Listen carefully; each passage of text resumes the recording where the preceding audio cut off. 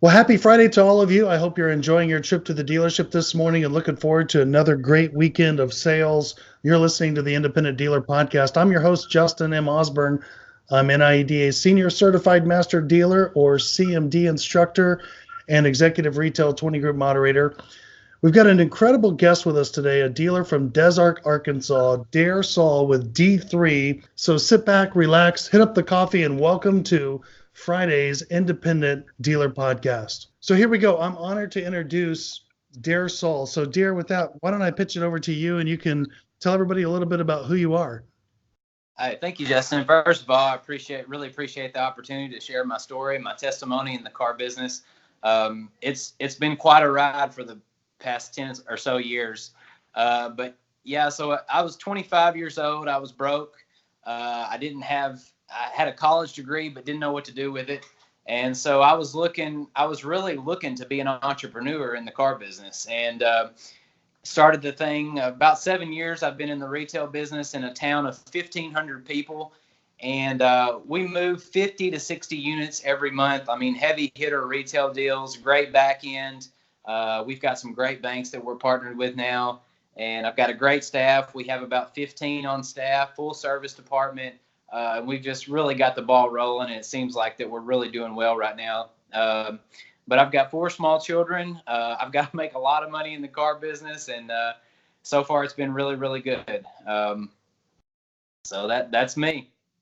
Well, Dare, thank you for that. Thanks for being on our podcast. And for those of you listening on the Retail Ready podcast, welcome this Friday morning to you as well. Can you share a little bit about your story, your background, and what motivated you to become a car dealer? And I think it's a great starting place for this conversation, especially, the infamous glove box and when you bought a vehicle and you and your wife were together. Could you tell our listeners that story? Well, I think any entrepreneur, when they're looking for something, that really jars them. And, like I told you, I was 25 years old, broke, didn't have any money. And my wife and I were making the first big business decision that we've ever made. We were buying a $40,000 Tahoe, and we thought we were getting a great deal. We went to a franchise store, and so we found the invoice from where the franchise store traded it with another dealer. And I'm pretty sure there's a sales manager still getting commission on that deal somewhere 10, 15 years down the road. They mopped the floor with us, but I tell you, there's 2 responses to anything in life. You can either get your feelings hurt or you can get mad about it. You can cuss and scream, or you can really learn from it. And that's a big lesson for us in the car business. And what I did was I took it as an opportunity to say, hey, I'm looking for something in my life. I want to be an entrepreneur. I've got this college degree, but it's not making me any money. So what can I do? Is there anything in this field that would help me? And we started with $800. We bought an $800 car and flipped it, and off we go. And it's been an incredible ride. We took $800 into $1 million, in a matter of years. So it's been really fun. I look forward to many, many more years in the car business. That's an incredible story. What about, so you find this invoice, you and your wife, and you just bought this car. You decide you may want to go into the car business after mulling this over. You don't come from a family background in the car business. Is that correct? Knew nothing about the car business. Knew how to drive a car. And so that's where we started. That was our jumping off point. So, like anybody else, I just went to the internet. I Googled how to be a car dealer and found some books online. It was, I think they were about $400 or $500. Ordered the books, watched all the tapes. They sent some DVDs about how to go to a dealer auction and all this stuff and how to get your dealer license. It's a wonder they wasn't a scam, as much as they cost, but I'll tell you, it was the best $500 I'd ever spent. I was looking for the books the other day, but I couldn't find them. But it's such a great field. There's so many ways to make money in the car business that I've just gradually learned over the years. So you ordered these books online. Were they books or they were books, right? Yeah, it was three big binder books. and there was some DVDs that you could watch that kind of showed out different stuff in the car business that you needed to know. Very informative books. It looks like it. So you order these books, you read these books, these 3 books that you find online, and then what did D3 look like at its very first location? How did you get started? What did your lot look like? How did you get started? Okay, so in Arkansas, there's not very many requirements to have your dealer's license. You need some insurance, right? You need some sort of structure, and you need a filing cabinet. Those are the 3 requirements. So we went out, we got the insurance, we had the filing cabinet. We borrowed a filing cabinet from the family, and we needed a structure. So we go and we find this storage shed in this lady's backyard. We paid $2,000 for this storage shed, and man, we thought we were uptown. We thought we had just hit the big time. And we sold hundreds of cars in that storage shed. And that's how we first got started, with 1 or 2 cars. And, as they say, the rest is history on that. Now, as far as buying cars, you've read these books, you've got this makeshift location that you put together. How did you learn how to buy cars? I mean, the secret, and we talk about this a lot in 20 groups, but if there ever was a secret sauce in the independent dealer car in the independent space, it certainly starts at inventory acquisition. It certainly starts with knowing who your customer is, buying the right vehicles, and then not paying too much for them. And that's tough. I mean, when you don't have a family background, or you don't have any background buying cars or going to the auction, I mean, the auction can be a ruthless place. So how did you figure out how to buy cars? It was just a gradual process, just like anything. We probably, in the early days, we started buying cars on Craigslist, and then we gradually worked ourselves to the dealer auction to work the dealer auction. But just knowing my market and continuing to keep up with the market is so important. Whether you're selling an $800 car or an $80,000 car, it's knowing your customer, knowing what you have, how to fix it, how to get it ready, and how to retail it. And I think that's a lot of times we don't maybe understand everything about what we're selling. And in the early days, that's what we did. We bought cheap 4-wheel drive trucks, and now we're selling expensive 4-wheel drive trucks. And I just educated myself all about them, looked at the market, what they're selling for. You got to know what you can sell it for, and kind of the sweet spot to where to buy it. Now, I know you specialize in some unique truck products in the Midwest. You do very well with the trucks.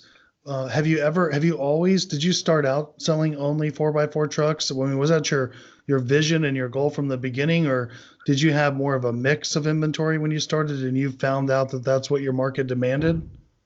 Yeah, I think so. I think we've always, the 4-wheel drive trucks has always been our bread and butter. Whether in the early days we started selling different cars just so we could afford, it's tough to afford a truck. Even a 200,000 mile truck is going to run you about $8,000 nowadays.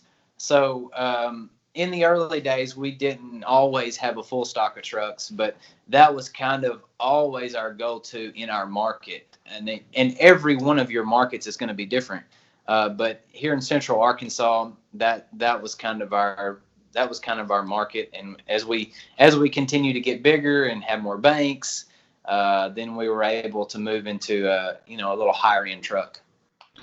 Now, talk to us about the state of Arkansas a little bit. There's dealers that are listening to this that I'm sure are from Arkansas, and then quite a few that are not. But what is it like doing business in the state of Arkansas? What are your dock fees? Caps, or what are your limitations in that state? Can you speak to that at all? Yeah. So just to answer the first question first, we have a $129 dock fee. I know some states are unlimited. Some states are capped at $99. I've heard. We really struggled with the dock fee at first, but we do max out that $129 dock fee. But Arkansas is a tough state. We used to have an interest rate cap, and now we're finally getting away from that. So we're attracting some better lenders. So not only is it hard to get a lender on board in the state of Arkansas as an independent, it's very hard just doing business in the state of Arkansas. I don't even know if Wells Fargo still comes into Arkansas, but we're at the point now where we've got a lot of the banks that we need. But it is also in Arkansas, we don't have a great association, so there's not a whole lot of sharing of information.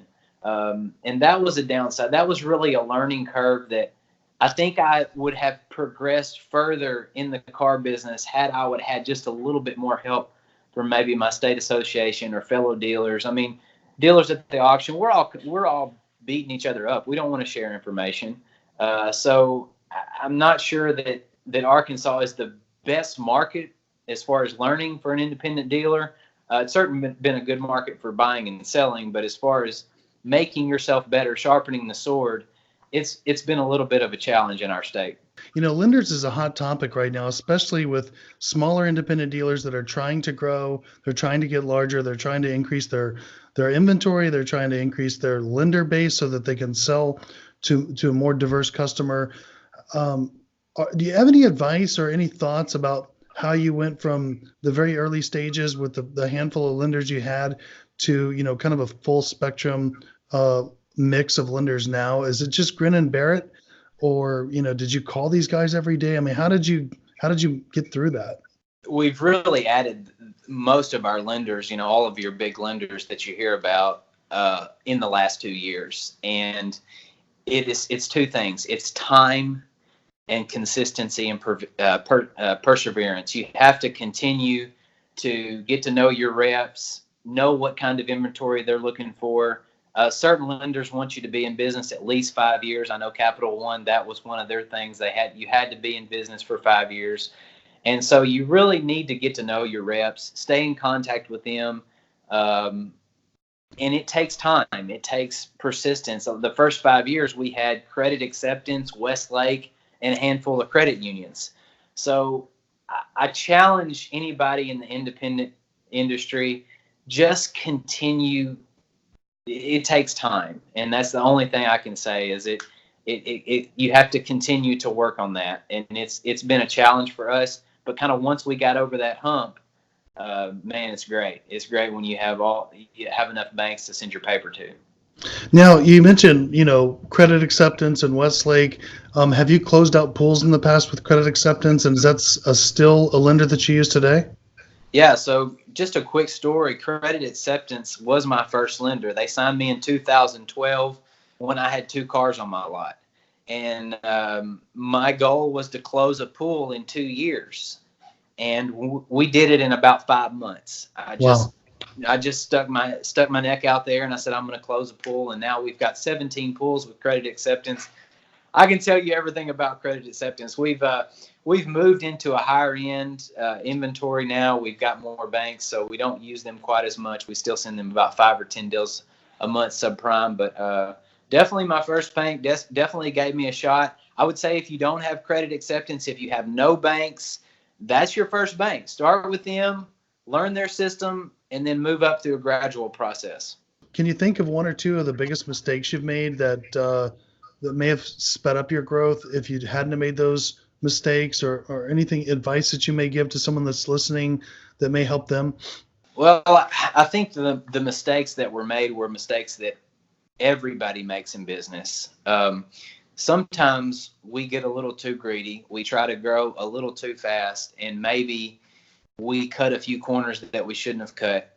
And I think if I could go back in time and I could say, if just sacrifice this one deal to make sure that we get everything right. One deal is not worth a relationship. One deal is not worth a lender. One deal is not worth, ruining your reputation with a vendor.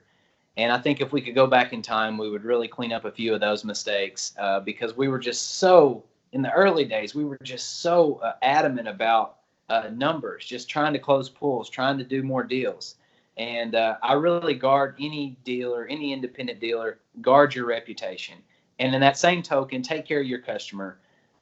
Even in the early days, sacrifice profit to make the customer right. A bad review really takes a toll on your online business. Do your best. Sometimes we can't do anything about it. A bad customer sometimes leaves a bad review, and there's nothing you can do about it. But really guard your reputation from really start to finish. And if I could go back in time, that would maybe be the one thing that I would change. But still, take everything as a learning experience. I know that's what we did. Well, I couldn't have this conversation without at least one a question about 20 groups. I know you've been in a 20 group for almost a couple of years now, and you're in a retail NIADA retail 20 group. And all seriousness, what kind of effect has that made on your business? Is that something that has really made a big difference? And if so, what kind of difference has it made?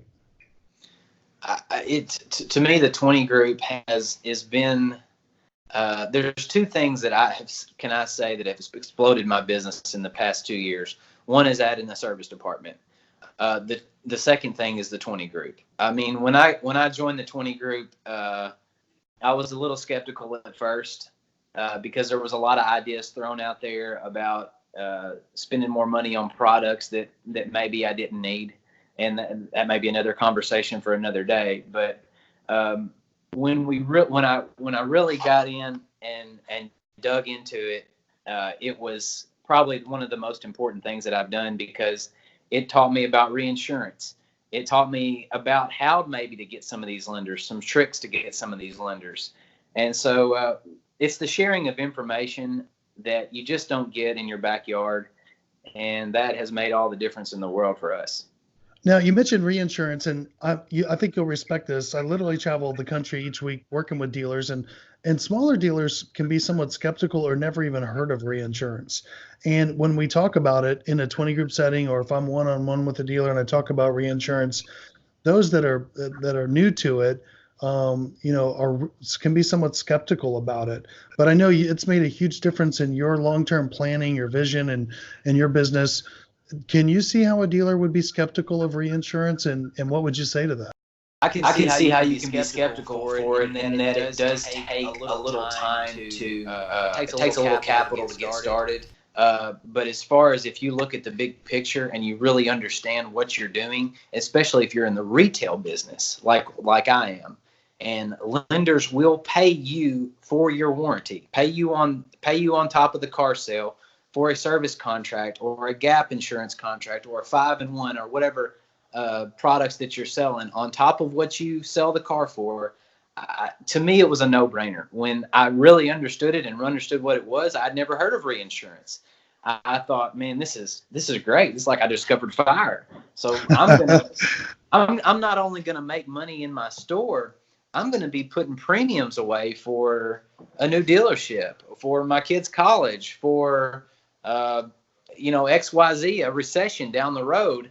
You can literally stock up hundreds of thousands of dollars a year if you're selling the kind of volume that we are through reinsurance by just with the premiums from your service contracts. Yeah, that's good stuff. I want to switch gears real quick and talk, and you mentioned service, and I want to bring that up too. But before we talk about service, what about I don't want you to give away the farm. I know that you're certainly generous in giving your story to independent dealers that are out there listening that technically would be, many of them would be your competitors. But can you give us a taste? Can you give us a little bit of a D3 secret sauce? Maybe not the whole game plan, but can you give listeners, one or two things that you do that you feel like has really made a big impact on your profitability? Well, I think everybody wants to be an individual. Nobody wants to be vanilla. Even we're seeing an older generation, older than me, the 40, 45, 50-year-old guys and gals, they want personality. They want to be different. And we've really strived to do that with our inventory. And I think if you can even if you sell Chevy Equinoxes, put a stripe down the side, powder coat the wheels, maybe put a little bit different tire or a little bit something that can make your inventory different than the next guy's. Here is my pet peeve. Car Guru, Carfax, all these online lead generators, which are great, are getting us to beat each other and race us to the bottom to minimize our profit. And I am so far against that. I want all of us to build our brand, build what we're selling, and maximize our profit, and then take care of the customer. And that's kind of what we do here. We sell big 4-wheel drive lifted trucks, so it's kind of easy to make them look cool. But whatever you do, whatever you sell, I challenge you to kind of make it your own. And I think the customer will respond very well to that. Yeah, that's really good stuff, and thank you for that. And you mentioned service, and we really weren't going to talk a lot about service, but it is such a good point for the retail dealer today. Um, you certainly didn't know much about buying cars and selling cars when you got started, so I'm sure that you didn't know much about fixed operations either. And a lot of dealers are real nervous about getting into fixed ops. It's scary. It could be a big investment. Maybe they don't know much about it. Tell us about D3 and how you got involved in service and why and how that all unfolded. Well, how we got started was about 3 years ago. We bought our permanent location. We were always leasing at the time, and then we'd get in a lease battle with a landlord or something. So I made a commitment 3 years ago to look for a permanent place, and we bought an old type dealership in my small town with a 10-bay service department. So we already had like a lot of the lifts here. We had the service bays, and I made a commitment to go find a guy that knew about service, and we hired our service advisor / tech / shop foreman. We hired one guy, and we kind of took that one guy to 2 guys and then 3 guys. And so if you have a facility for service, shame on you for not going out and finding a guy that can do service, because once we got service and could service our service contracts, our business absolutely exploded. You can take care of the customer immediately. You can service your cars better before they hit retail lot. It is the number one thing besides the 20 group that has exploded my business. And I challenge you to go out there and get service, because it has made the difference in my business. But start with one guy that knows what he's doing. Pay him well. If he's a good guy, pay him well, and then go from there. That's good advice, and it's all about people. And it sounds like that was the linchpin in your service. Being able to jumpstart your service was just finding the right guy. I mean, is that pretty much what? Would that have made, if you'd have found the wrong guy? I mean, what would that have done? It would have stalled everything. We would have had to start over and go back to the drawing board and find somebody else. Right. Also, communication. My guy that I found, not only was he a tech, he communicated very well with the customers. And when you start a service department, you need to make sure that if you're the guy that's communicating, great. But we can't all wear every hat in the dealership. So communication is key. If you can find a guy that will communicate really well with your customers, I think that's a big hurdle. Even if he's not the greatest tech, if he's good with people, look for a people person. That's great advice there. Switching gears to social media, I know you spoke at the NIADA's annual convention and expo in Las Vegas this year. You were on a panel there about social media. I know you're a big fan of Facebook because of some of the things that you talk about in the 20 group to some of your 20 group dealers that are your peers in that group. However, most dealers that are actually using Facebook in some type of paid capacity are doing paid ads. You've really experienced a lot of success in boosting posts. And why don't you tell everybody that's listening, I'm sure you probably didn't know Facebook advertising real well when you got started either. Where's been your success on Facebook? Well, like I mentioned before, we're all trying to race to the bottom on Car Gurus and Carfax and TrueCar and all these other cars.com, all these other online lead generators. But Facebook really gives you the opportunity to brand yourself. It's here, it's now, it's current. It's what is your dealership doing? What kind of product is your dealership putting out? And that's really what we've done with the Facebook, the boost. So we get a 4-wheel drive truck that I'm really excited about. And we post pictures of that 4-wheel drive truck. In the comments section, we'll tell a little bit about the 4-wheel drive truck in the ad. In the comment section, I'll usually do like a video or a demo of the truck, and then send a link to the website. And make sure, just a tidbit, if your website does not have a Facebook pixel tied to it, that's very important. Talk to Facebook about that. add a pixel to your website, it creates something called fires, where if somebody goes back onto Facebook, they're eternally linked to your website, which is very, very important. There's so much there at Facebook that you can get into that I don't know that's so fascinating. But what we do is we find a good truck that we like, and we'll spend about $150 on a boost for a week boost.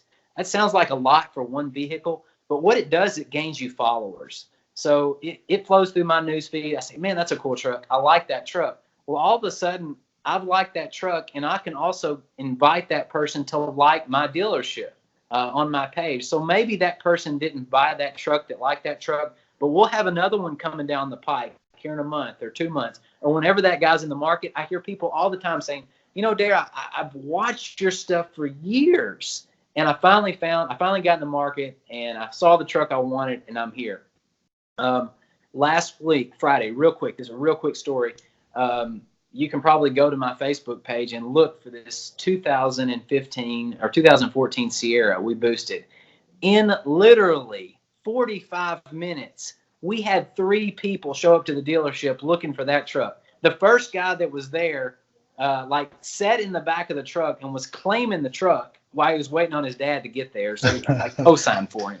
So, I mean, it's so powerful when you find just the right inventory and you get the right audience. We've got 14,000 followers on our Facebook page. I got 1,000 people in my town. So, I mean, that's really, I got 14,000 people that like what I sell. And I think that's very, very important. Build that audience, build that brand, invite those people to like your page, and it will pay huge dividends for you.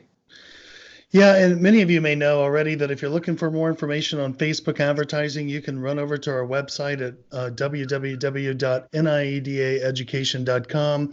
And we've recently posted some training classes for dealers, for the independent dealer to learn and navigate Facebook. It's under the training tab. So check that out if you're looking for more information on Facebook specifically. Speaking of the NIADA annual convention, Dare, now I believe you were in the room or sitting close to Otto Hahn when he won National Dealer of the Year. Were you there when he won that? I was. That was great. And so many people listening may not be NIADA members or may have never been to NIADA convention. Otto is actually in your 20 group, but can you talk about that night and being close and witnessing that with Otto and what you saw and what that felt like?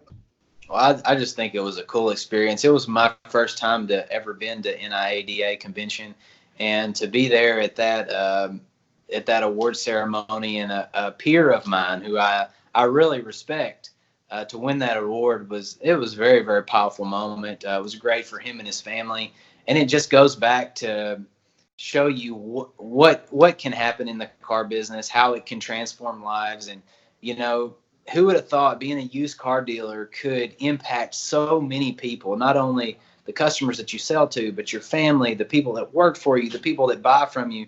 I mean, you just think about the hundreds of people that you touch every day, and to try to understand that is hard. But he's he's such a quality person, and it just you want to shoot to be like a person like that. And I think I'd love to have a shot at that award someday. I think it's what we should all strive for. It's not all about profit and moving metal. It's really about family, and it comes down to taking care of the people that are around you. And that's that was what was so special about it. That's awesome. Well, Dare, sincerely, you're not only a great dealer, but also generously you're donating your time and resources to help other dealers and through, the conventions and through the associations. And we all appreciate your willingness to give back and all you're doing for the industry. So thanks for joining us today. That's all the time we have this week on the Independent Dealer Podcast. Join us next Friday as we travel over to the east side or more in the Midwest to talk to Ted Hinkle with a dealer from True Blue Autos. So have a great weekend, and we'll see you then. Dare, thanks a lot. Thanks, Justin. Hello, my name's Otto Hahn, and I own City of Cars in Troy, Michigan.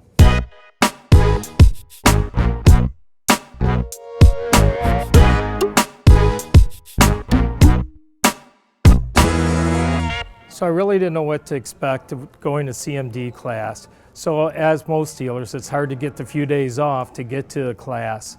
By coming down here and attending the class, I've had so many takeaways. I know my business is going to be successful. I'll know I'll be a better team leader, and everybody's going to benefit, from my team back home to myself to my customers I do business with. One of the great takeaways I took from CMD is the chain of profitability. Internal service quality is the key to the success of my company.